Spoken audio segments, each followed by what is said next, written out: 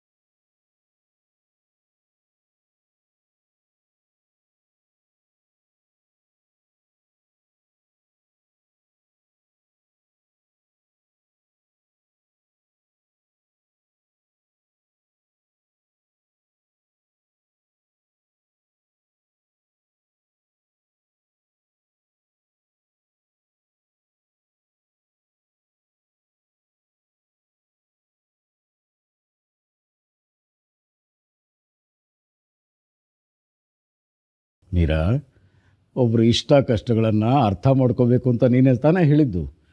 ಅದು ಈಗಲಿಂದಲೇ ಪ್ರಾರಂಭ ಆಗಲಿ. ಈಗ ಅಹಲ್ಯ ಯಾವ ರೀತಿ ಬಟ್ಟೆ ಚೂಸ್ ಮಾಡ್ತಾರೆ, ಅವ್ರಿಗೆ ಯಾವ ಬಣ್ಣ ಇಷ್ಟ ಅನ್ನೋದು ಸಾಕೇತ್ಗೂ ಗೊತ್ತಾಗ್ಲಿ. ಸಾಕೇತ್, ಅಹಲ್ಯನ ಕರ್ಕೊಂಡು ರೂಮ್ಗೆ ಹೋಗು. ಇವತ್ತು ಅವಳೇ ನಿನಗೆ ಬಟ್ಟೆ ಸೆಲೆಕ್ಟ್ ಮಾಡ್ತಾಳೆ. ಅಕ್ಕ, ನಿನ್ ಫೇವ್ರೆಟ್ ಕಲರ್ ಡ್ರೆಸ್ಸನ್ನೇ ಭಾವ ಹಾಕೊಳ್ಬೇಕು. ಹೋಗು ಹೋಗಕ್ಕ.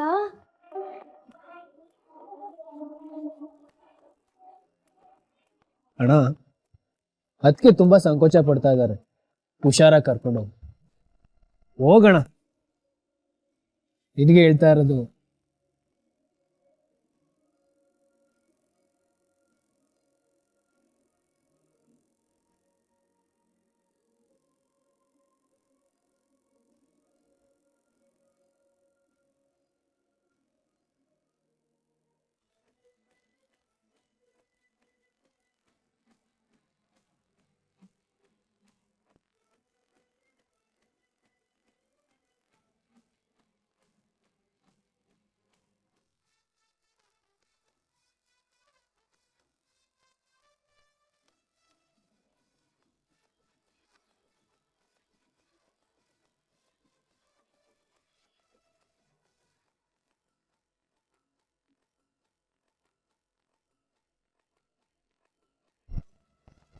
ಏನ್ ಡಾರ್ಲಿಂಗ್, ನಿನ್ಗೋಸ್ಕರ ಇಡೀ ಪಬ್ಬೆ ಬುಕ್ ಮಾಡಿದ್ದೀನಿ. Come on darling, come on, enjoy. Rajat please, ನಾನು ಎಷ್ಟು ದಿನದಿಂದ ಹೇಳ್ತಾ ಇದ್ದೀನಿ, ನೀನ್ ಯಾಕೆ ನನ್ನ ಮಾತನ್ನ ಸೀರಿಯಸ್ ಆಗಿ ತಗೋತಾ ಇಲ್ಲ? ವಾಟ್ ಸೀರಿಯಸ್ಸಾ? ಲೈಫಲ್ಲಿ ಯಾವತ್ತು ಯಾವ ವಿಷಯನ ಸೀರಿಯಸ್ ಆಗಿ ತಗೋಬಾರ್ದು, ಲೈಟ್ ಆಗಿ ತಗೋಬೇಕು, ಎಂಜಾಯ್ ಮಾಡಬೇಕು, ಸಂತೋಷ ಪಡ್ಬೇಕು. ಕಮಾನ್ ಡಾರ್ಲಿಂಗ್, ಎಂಜಾಯ್. ರಜತ್ ಪ್ಲೀಸ್, ನಾನ್ ನೀನ್ ಹೇಳ್ದಂಗೆ ಕೇಳ್ತೀನಿ, ಮೊದ್ಲು ನನ್ ಮಾತ್ ಕೇಳು. ಎಸ್ ಟೆಲ್ ಮೀ ಡಾರ್ಲಿಂಗ್, ಏನ್ ಕೇಳ್ಬೇಕು ಹೇಳು. ನಮ್ ಮದ್ವೆ ಆವಾಗ? ಕಮಾನ್ ಡಾರ್ಲಿಂಗ್, ಸುಮ್ಮನೆ ಮೂಡ್ ಅಪ್ಸೆಟ್ ಮಾಡಬೇಡ. ನೋಡು ಒಳ್ಳೆ ಮೂಡ್ಲಿದ್ದೀನಿ, ಕೈಲಿ ನೋಡು ಬೆಜ್ಜಾನ್ ದುಡ್ಡಿದೆ. ಒಂದು ವಾರ ಸಕ್ಕತ್ತಾಗಿ ಎಂಜಾಯ್ ಮಾಡೋಣ. ಸುಮ್ಮನೆ ಈ ಅನ್ನೆಸರಿ ಟಾಕ್ಸು, ಈ ತಲೆನೋವುಗಳು ಏನು ಬೇಡ, ಎಂಜಾಯ್ ಮಾಡೋಣ. ಕಮಾನ್. ರಜತ್ ಪ್ಲೀಸ್, ನಾನ್ ನಿನ್ ಬಗ್ಗೆ ತುಂಬಾ ಆಸೆ ಕನ್ಸ್ಗಳನ್ನ ಕಟ್ಕೊಂಡಿದೀನಿ, ನೀನ್ ಹೀಗೆ ಹೇಳ್ಬೇಡ. ನಮ್ಮಿಬ್ರು ಮದ್ವೆ ಯಾವಾಗ? ನೀನ್ ಯಾವಾಗ ನಿನ್ ತಾಯಿ ಹತ್ರ ನನ್ನ ಕರ್ಕೊಂಡು ಹೋಗ್ತೀಯಾ? ನಮ್ ಮನೆಗ್ ಬಂದ್ ಯಾವಾಗ ಹೆಣ್ ಕೇಳ್ತೀಯಾ? ಆಲ್ರೆಡಿನೂ ತುಂಬಾ ಮುಂದುವರೆದಿದ್ದೀವಿ. Stop it, stop it.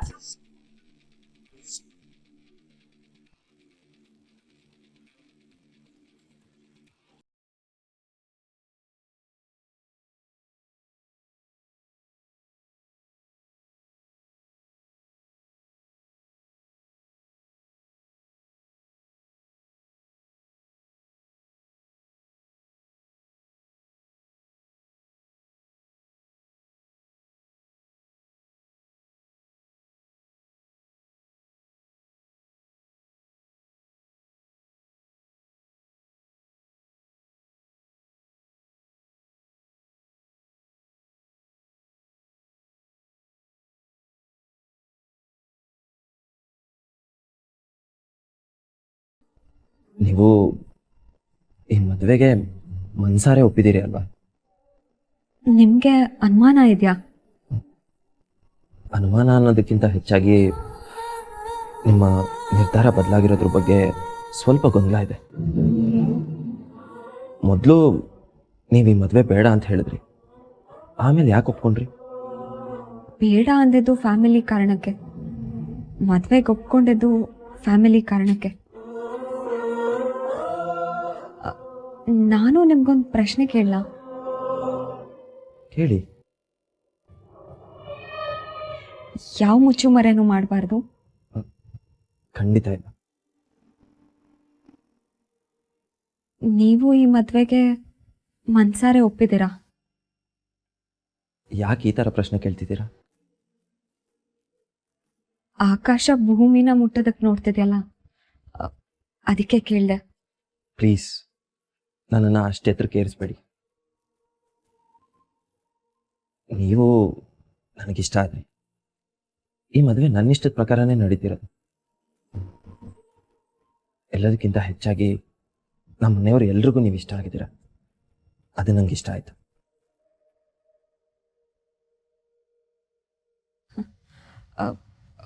ಹೊರಡೋಣ? ಬಟ್ಟೆ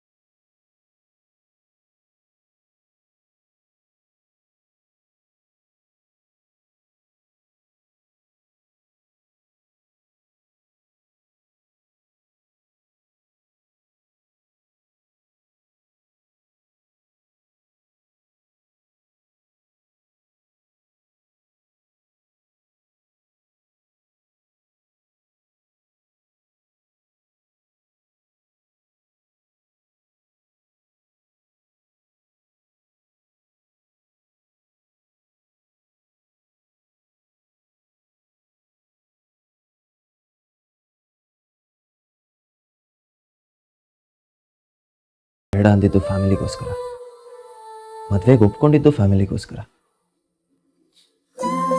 ಅನಿ, ನಿನ್ನ ಸೆಲೆಕ್ಷನ್ ಸೂಪರ್ ಕಣೋ.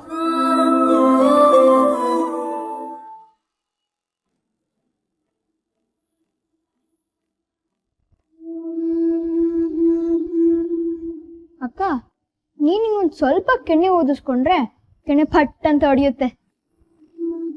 ನಂಗೆ ಅಳು ಬರ್ತಿದೆ ಕಣೋ, ಸ್ವಲ್ಪ ಸುಮ್ಮನೆ ಕೂತ್ಕೋತ್ಯಾ? ತಮಾಷೆ ಮಾಡ್ಬೇಡ ನೀನು. ಅಂತದೇನಾಯ್ತಕ್ಕ? ನೋಡು, ನಮ್ಮಮ್ಮ ಪದೇ ಪದೇ ನನ್ನನ್ನ ಎಳ್ಕೊಂಡು ಹೋಗ್ತಿರ್ತಾರೆ. ಎಲ್ಲದಕ್ಕೂ ಮುಂದೆ ಹೀಗಿರಲ್ಲ ಮುಂದೆ ಹೀಗಿರಲ್ಲ ಅಂತ ಹೇಳ್ತಾನೆ ಇರ್ತಾರೆ. ಏನು ಹಾಗಂದ್ರೆ ಏನು ಮುಂದೆ ಹೀಗಿರಲ್ಲ? ಅಲ್ಲ ಕಣೋ, ಮುಂಚಿಂದಾನು ನಾನ್ ತೆಕ್ಕೊಡೋ ಬಟ್ಟೆನೆ ತಾನೇ ಸಾಕೇತ್ ಹಾಕೊಳ್ಳೋದು, ನಾನ್ ಸೆಲೆಕ್ಟ್ ಮಾಡೋ ಬಟ್ಟೆನೆ ತಾನೇ ಪರ್ಚೇಸ್ ಮಾಡೋದು. ಹಿಂದೆ ಹೀಗಿತ್ತು ಮುಂದೆ ಹೀಗಿರಲ್ಲ ಅಂದ್ರೆ ಏನೋ ಅರ್ಥ? ಏನೋ ಬದಲಾಗುತ್ತೆ? ಏನ್ ಪ್ರಪಂಚ ಉಲ್ಟಾ ಆಗ್ಬಿಡುತ್ತೆ? ಓಹೋ, ಈ ವಿಷಯಕ್ಕ ತಾವ್ ಅಲ್ಲಿಂದ ಇಲ್ಲಿವರೆಗೂ ಓಡ್ ಬಂದಿದ್ದು. ಏ ಕೋಳಿ ಮರಿ, ನಿನ್ನನ್ನು ಅರ್ಥ ಮಾಡ್ಕೊಳ್ಳೋದೇ ಕಷ್ಟ ಕಣ್. ಒಂದೊಂದ್ಸಲಿ ಏನೋ ನಿನ್ಗೆ 60 ವರ್ಷ ಆಗಿದೆ ಅನ್ನೋ ಹಾಗೆ ಬುದ್ಧಿವಾದ ಹೇಳ್ತೀಯ, ಒಂದೊಂದ್ಸಲಿ 6 ವರ್ಷದ ಮಗು ಥರ ಆಡ್ತೀಯ. ನೀನು ಇರೋದೇ ಈಗೋ ಅಥವಾ ಬೇಕು ಅಂತ ಆಡ್ತೀಯೋ ನನಗಂತೂ ಕನ್ಫ್ಯೂಸ್ ಆಗ್ತಾ ಇದೆ. ಏಯ್, ನೀನ್ ಬೈತಿದ್ಯೋ ಅಥವಾ ಹೊಗಳ್ತಿದ್ಯೋ ನಂಗೆ ಒಂದು ಅರ್ಥ ಆಗ್ತಿಲ್ಲ. ಅದೇನಿದ್ರು ಡೈರೆಕ್ಟ್ ಆಗಿ ಹೇಳು. ಹೇಳ್ತೀನಿ ಕೇಳು. ಇಲ್ಲಿವರೆಗೂ ಯಾರು ಅಣ್ಣನ್ ಕೇರ್ ಮಾಡ್ತಾ ಇದ್ರು? ನಾನೇ. ಇನ್ಯಾರು? ಹೌದು ತಾನೆ. ಇವಾಗ ಅಣ್ಣಂಗೆ ಮದುವೆ ಆಗ್ತಿದೆ ಅಲ್ವಾ? ಹೌದು. ಹಾಗಾದ್ರೆ ಇನ್ ಮುಂದೆ ಅಣ್ಣನ ಯಾರು ಕೇರ್ ಮಾಡಬೇಕು? ನಾನೇ. ಏ ಕೋತಿ, ಇನ್ ಮುಂದೆ ಅಣ್ಣನ ಕೇರ್ ಮಾಡಬೇಕಾಗಿರೋದು ಹಾಲಿ ಆತು. ಅಣ್ಣನ್ಗೆ ಏನೇ ಬಟ್ಟೆ ಚೂಸ್ ಮಾಡೋದಿದ್ರು ಸೆಲೆಕ್ಟ್ ಮಾಡೋದಿದ್ರು ಅವ್ರೇನೆ.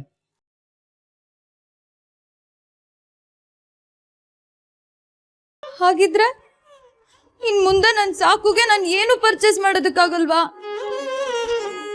ಮೀರಾ, ಇನ್ ಮುಂದೆ ಅಣ್ಣಂಗೆ ನೀನು ಸಜೆಸ್ಟ್ ಮಾಡ್ಬೋದು, ಸೆಲೆಕ್ಟ್ ಮಾಡೋಕ್ಕಾಗಲ್ಲ.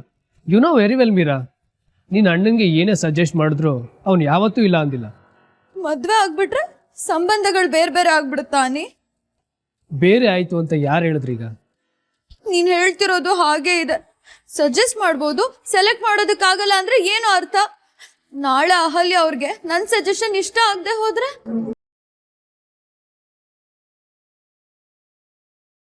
ಆಗ ಅನಿ ಅವ್ರು ಬಂದ್ರು ಅನ್ಸುತ್ತೆ. ಈ ಕೋಳಿ ಮರಿ ಅವ್ರು ರೆಡಿ ಆದ್ರು ಅನ್ಸುತ್ತೆ, ಕಳ್ಸ್ಕೊಟ್ ಬರೋಣ.